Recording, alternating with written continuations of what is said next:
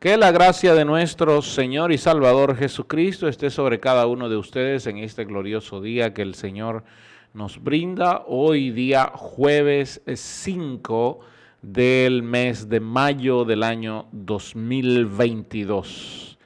Este es su programa Mundo Cristiano, órgano oficial de la Iglesia de Dios de la Profecía en la ciudad de La Romana, ubicada en la calle Espaillat número 86. En el centro de la ciudad. Así que damos la gloria y la honra a Dios porque nos da la oportunidad de estar como cada día a esta misma hora, 1:30 de la tarde, desde las oficinas de Radio Ben, Voz Evangélica Nacional, para todo el país y el resto del mundo, porque lo importante es que Radio Ben tiene un alcance a nivel mundial, a nivel global. También nosotros estamos desde YouTube en nuestro canal Mundo Cristiano IDP. Allí va a poder encontrar todos los programas de Mundo Cristiano, desde los lunes que están Carlos y Arturo, los martes que están los caballeros, los miércoles que están las chicas, los jueves que yo estoy y los viernes que están los jóvenes a la cabeza de Joana y Dalvin. Nosotros felices y contentos de poder llegar a ustedes. Este mes todo el elenco de Mundo Cristiano ha decidido trabajar el aspecto de la iglesia y nosotros feliz de compartir a partir de hoy en adelante sobre la iglesia y su papel ante Dios, ante el mundo y su descripción bíblica de la misma. Hoy yo voy a hablar acerca de la iglesia predicha por los profetas o predicha en el Antiguo Testamento y entonces me toca esa asignación el día de hoy. Antes quiero comunicar que la Iglesia de Dios de la Profecía Central se reúne lunes y jueves a las 7 de la noche, martes y jueves a las 7 de la noche, los martes con verdades bíblicas y los jueves con servicio de alabanza y adoración. Los sábados los jóvenes se juntan a las 5:30 de la tarde con su servicio juvenil y los domingos desde las 9 de la mañana hasta las 11 nuestra escuela bíblica y a las 11, de 11 a 1 de la tarde nuestro servicio de acción de gracias al Señor. Bien, vamos a iniciar. Mire, amados. En la Biblia, la palabra iglesia no está en el Antiguo Testamento, pese a algunas traducciones modernas, contemporáneas, que sí traducen iglesia en el Antiguo Testamento. No así en el idioma y en el entendimiento de los hebreos ni de los griegos. Y es importante que yo tome por ahí. Para poder hablar de la iglesia en el Antiguo Testamento, es importante hacer un poquito de énfasis en la historia inicial de la iglesia. Lo que nosotros entendemos como iglesia el día de hoy no era justamente lo que se entendía como iglesia en el primer siglo. Es decir, antes de que ya la iglesia empezara su desarrollo en el libro de los Hechos. Eso no era lo que se entendía como iglesia. Es decir, el cristianismo vino a darle una particularidad a esa palabra que es eclesía, ¿ok? Que la voy a explicar más adelante. Pero antes, en el Antiguo Testamento, tampoco se entendía el concepto de iglesia porque no era parte del idioma hebreo con el que se escribió el Antiguo Testamento. De hecho, la palabra que se utilizaba para referirse y que se traduce en la Escritura como asamblea o congregación es la palabra cajal, con Q, cajal. Y esto se traduce, ya lo dije, como asamblea, como compañía, como congregación, como conjunto, hasta como fiesta. Y aquí se traduce como fiesta cuando el pueblo unido hacía una fiesta a Dios. También se traduce como reunión o como turba. ¿Ok? Y todos estos conceptos que traducen la palabra cajal es un pueblo unido, un grupo unido. Ah, bueno, pero de eso hay muchas referencias en el Antiguo Testamento. De hecho, en la versión Reina Valera aparece 123 veces la palabra cajal, traducida con todas las palabras que he usado aquí.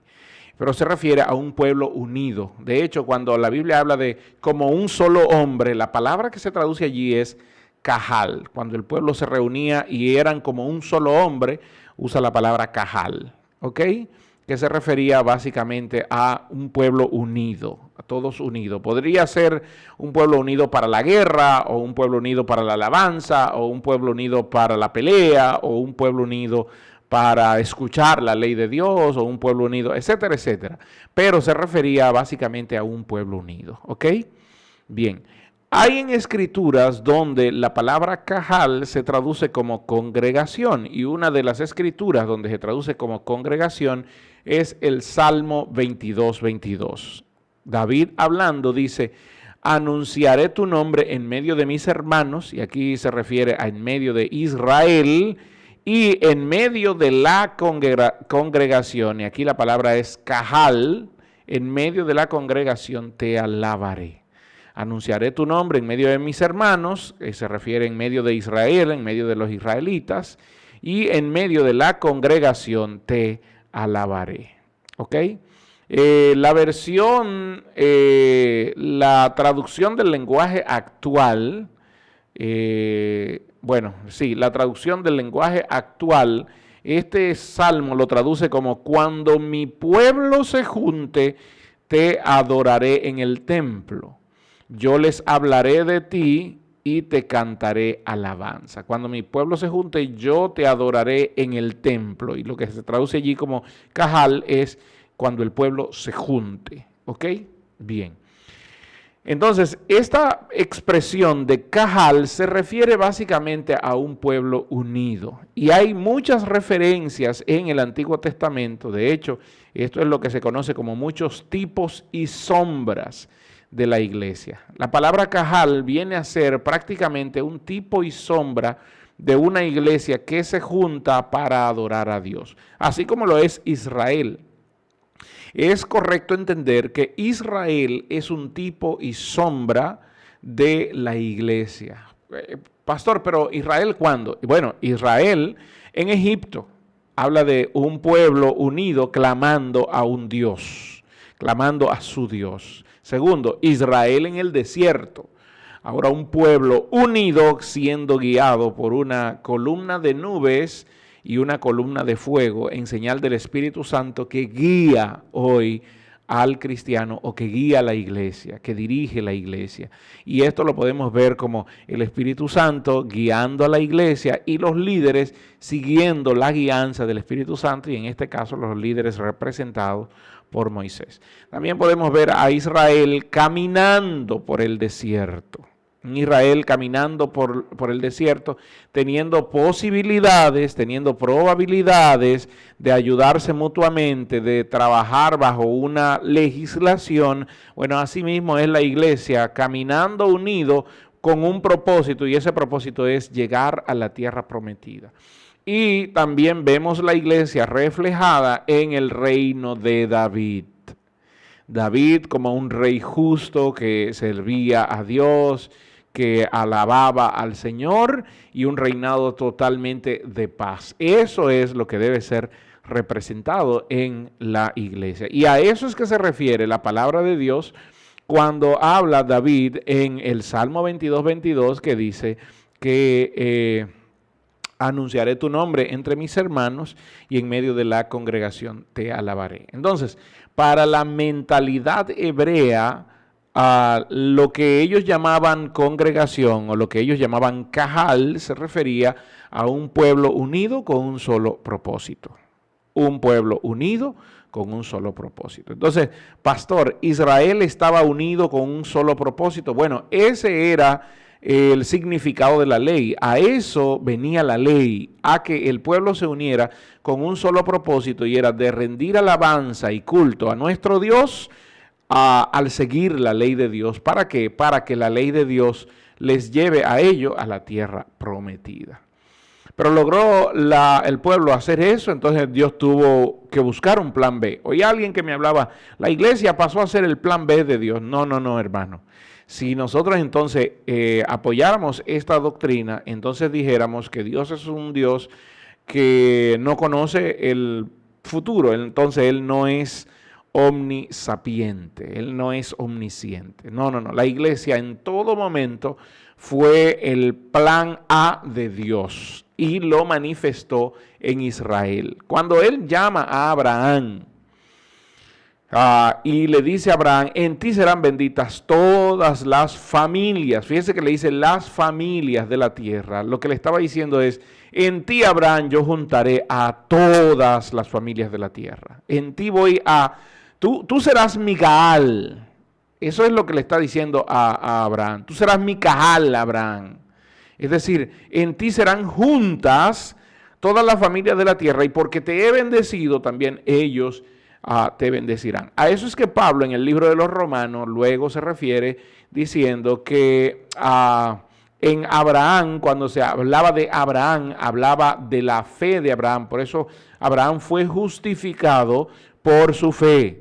Y los que creen en Cristo hoy son justificados por su fe y se mantienen unidos como un solo cuerpo, porque a eso es la iglesia. El apóstol Pablo en Corintios habla de que la iglesia es un solo cuerpo y que estamos unidos los unos a los otros. Estamos perfectamente unidos, dice de hecho, los unos a los otros como un solo cuerpo. Tanto Pablo como Pedro lo refieren. Ok.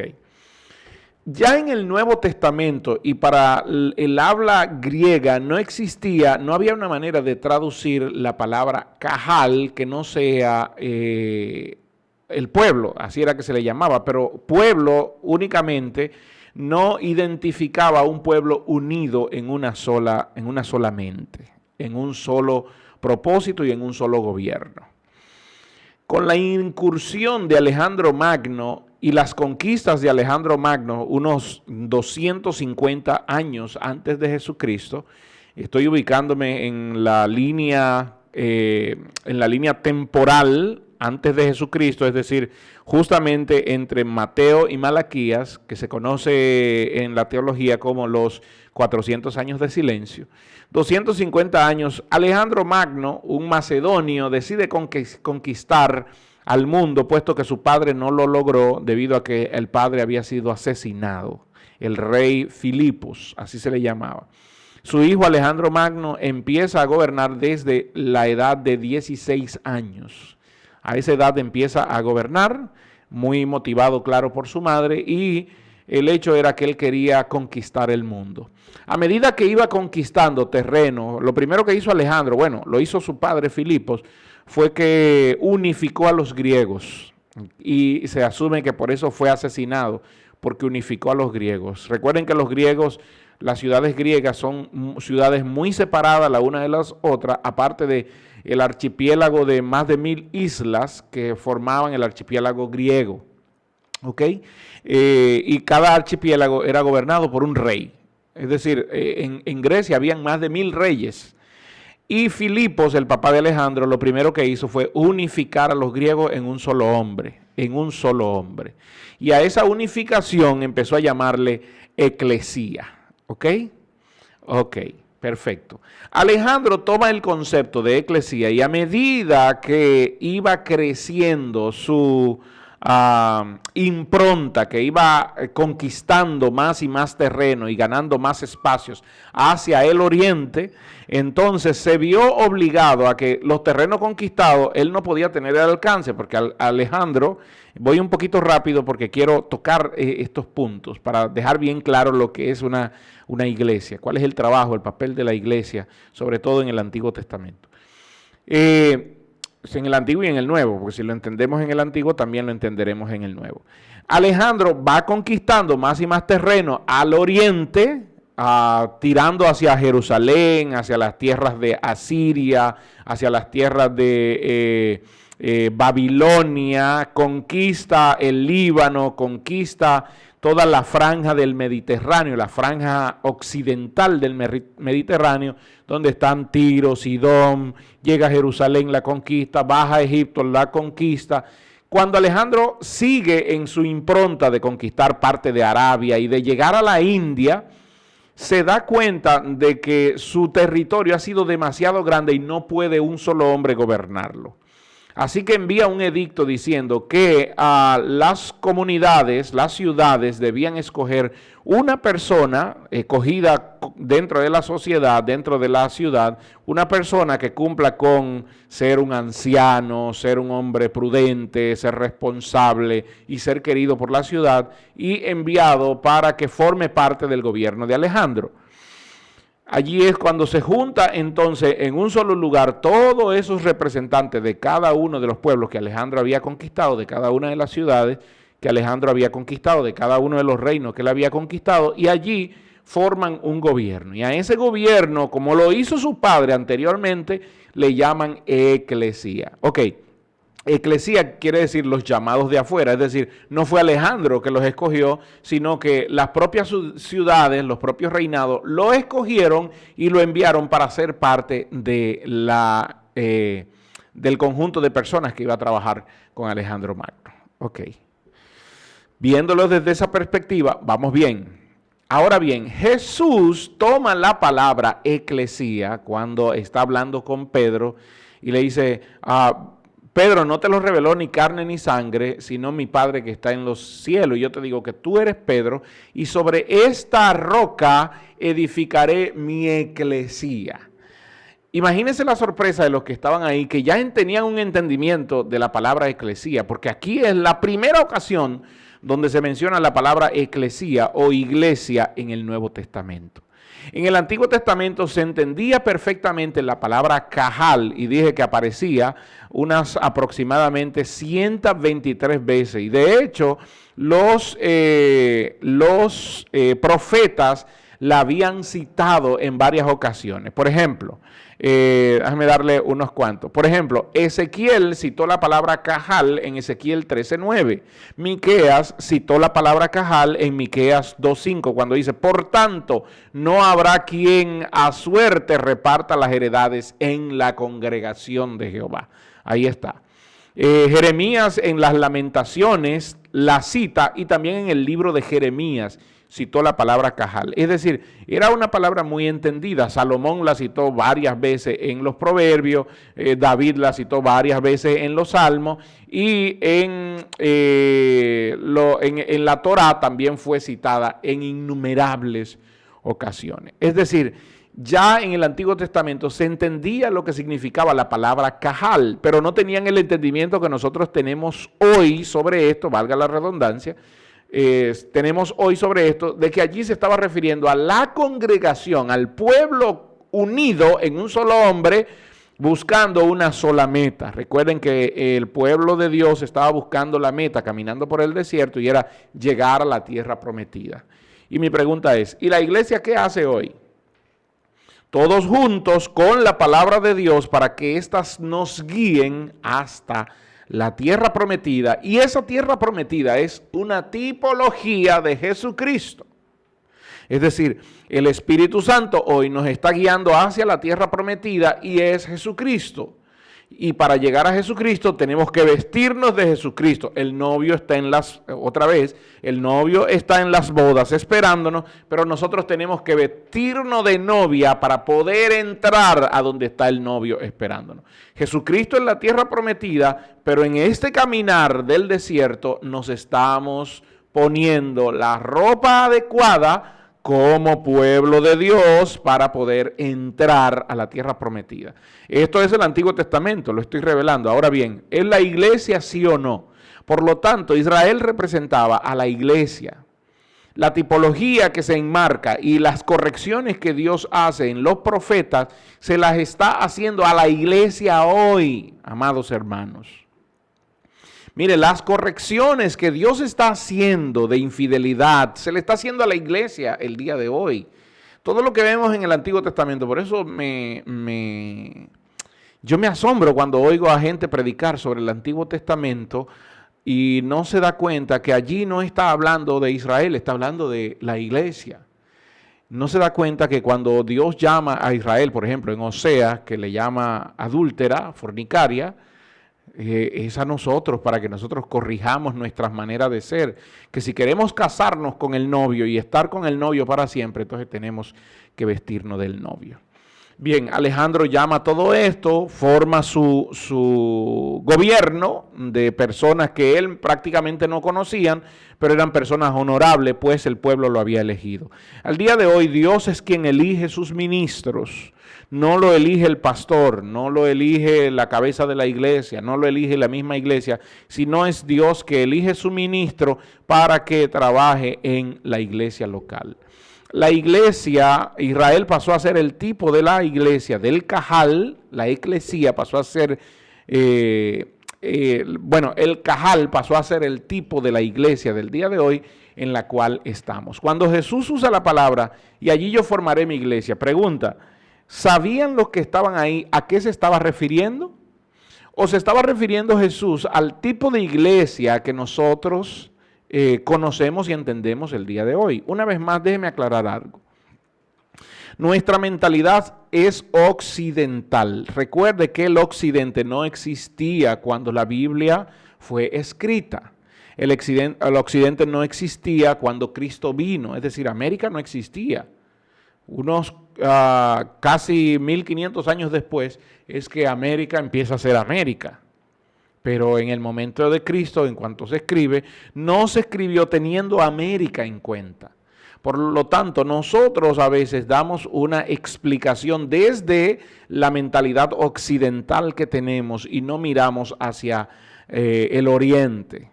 La perspectiva de iglesia debe ser enfocada mirando hacia el oriente, mirando hacia Israel y a lo que quiere decir. El libro de los Hechos habla más claro sobre la posición de la iglesia de Jesucristo y sobre la posición de los miembros, que como pueblo de Dios debemos caminar hacia la perfección, hacia la madurez. A eso se refiere, a que crezcamos y que tengamos las cosas en común, como lo dice Hechos capítulo 4, desde el verso 32 en adelante. Eso que aparece allí en Hechos 4:32 es a lo que el Antiguo Testamento le llamaba Cajal. ¿Se da cuenta? Es a lo que los profetas le llamaban la congregación. Una multitud de personas que se reúne que tienen un mismo corazón, que tienen una misma alma y que todo lo que poseían no era de ellos, sino que todas las cosas la tenían en común. Eso es lo que expresa Hechos 4:32. ¿Qué ha pasado con la iglesia el día de hoy? ¿Qué ha pasado? Hemos en alguna medida perdido el objetivo de que debemos tener todas las cosas en común, de que debemos tener un corazón y un alma y que en nosotros debe habitar la mente de Cristo. ¿Hemos perdido esto, amados hermanos? Entonces, ¿se equivocó Dios al hablar del Cajal en el Antiguo Testamento? Al manifestar por los profetas lo que era una congregación? ¿O se equivocó el Señor al diseñar su iglesia santa y sin mancha el día de hoy? ¿Se equivocó el Señor al nombrar a sus ministros para que ellos dirijan la iglesia el día de hoy? Sea Dios veraz y todo hombre mentiroso. Y en Dios no hay error ni sombra de variación. En Dios no hay falsedad, en Dios no hay mentira. En el hombre sí, en Dios no existe eso. Hechos 4:32 dice, y la multitud de los que habían creído era de un corazón y de un alma, y ninguno decía ser suyo nada de lo que poseía, sino que tenían todas las cosas en común. Y con poder y con gran poder los apóstoles daban testimonio de la resurrección del Señor Jesús, y abundante gracia era sobre ellos. Así que no había entre ellos ningún necesitado, porque todo lo que poseían, heredades, casas, la vendían y la traían, el precio de lo vendido, y lo ponían a los pies de los apóstoles y se repartía a cada uno según su necesidad. Ese es el trabajo de la iglesia y ese es el trabajo que los profetas estaban previendo del Cajal en el Antiguo Testamento. Se me fue el tiempo. Que la gracia del Señor sea sobre ustedes.